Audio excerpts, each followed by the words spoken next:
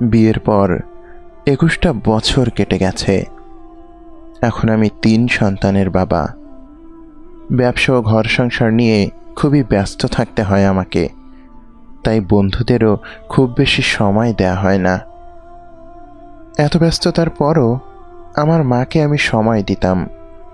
স্ত্রী সন্তানদের নিয়ে মাকে দেখতে যেতাম, প্রায়ই ফোন করে খোঁজ খবর নিতাম তার। মা হচ্ছেন দুনিয়ার সবচেয়ে মূল্যবান সম্পদ। কেউ যদি আন্তরিকভাবে মায়ের প্রতি দায়িত্ব পালন করে তবে অবশ্যই সে জান্নাতি হবে। হঠাৎ করেই ব্যবসা বাণিজ্য নিয়ে খুব ব্যস্ত হয়ে পড়লাম। অনেক দিন হয় মাকে দেখি না। ফোন করি, টুকটাক কথা বলি, তবে আগের মতো নিয়মিত না। একদিন মনে হলো আমি মায়ের প্রতি অবহেলা করছি। এটা ঠিক হচ্ছে না। আর যাই হোক, মাই হলো পৃথিবীর সবচেয়ে সেরা সম্পদ।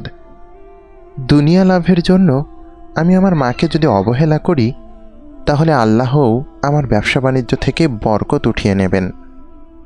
মায়ের প্রতি যেমন দায়িত্বশীল হওয়ার কথা তেমনটা হতে পারছি না ভেবে একটা অপরাধবোধ জেগে উঠল মনে।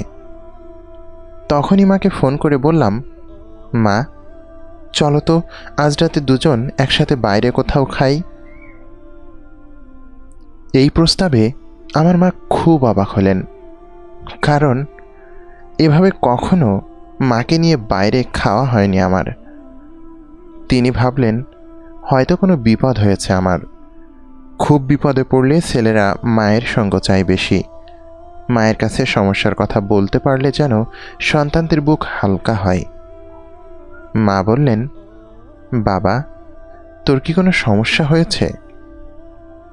আমি বললাম, আল্লাহর রহমতে আমি ভালো আছি মা, আমার কিছুই হয়নি।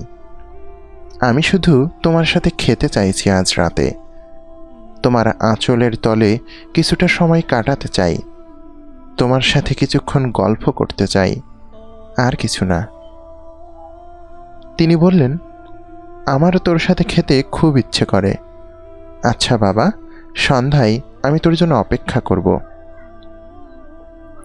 সন্ধ্যায় যখন মাকে রিসিভ করতে গেলাম দেখি তিনি বাইরে দাঁড়িয়ে অপেক্ষা করছেন।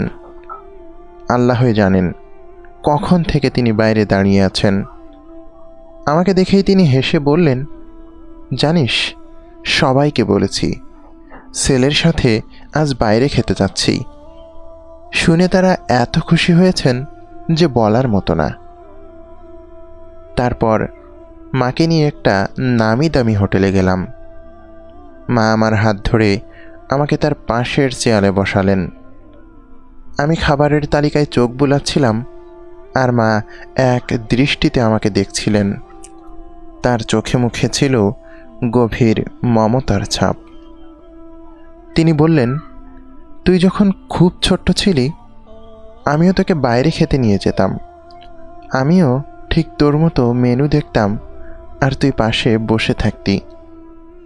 কিন্তু এখন তুই মেনু দেখছিস আর আমি তোর দিকে তাকিয়ে আছি। সময় কত দ্রুত চলে যায় না রে। আমি বললাম, খাওয়া দাওয়ার পর কাউন্টারে গিয়ে আমি বিল পরিশোধ করে এলাম।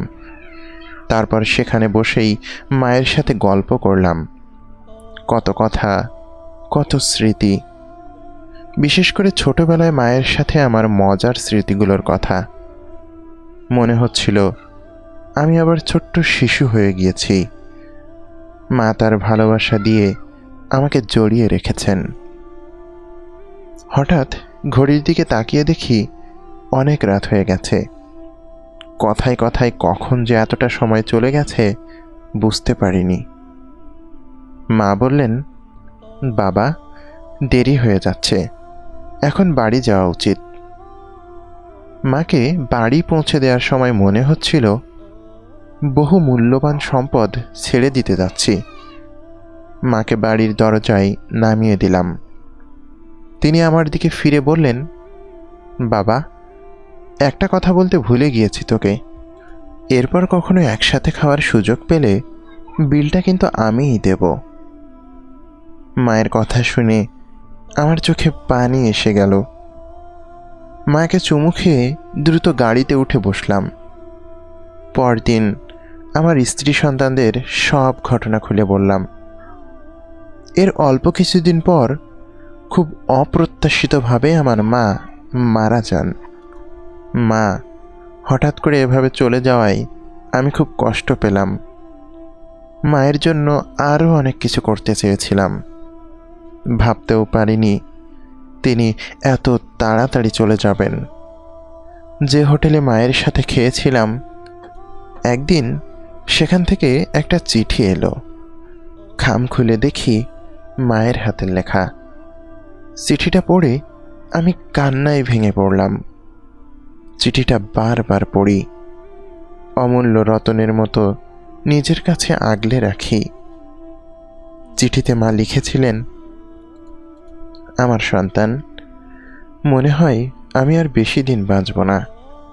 তোর আর বৌমার জন্য সেদিনের রেস্টুরেন্টটাই অগ্রিম বিল দিয়ে গেলাম।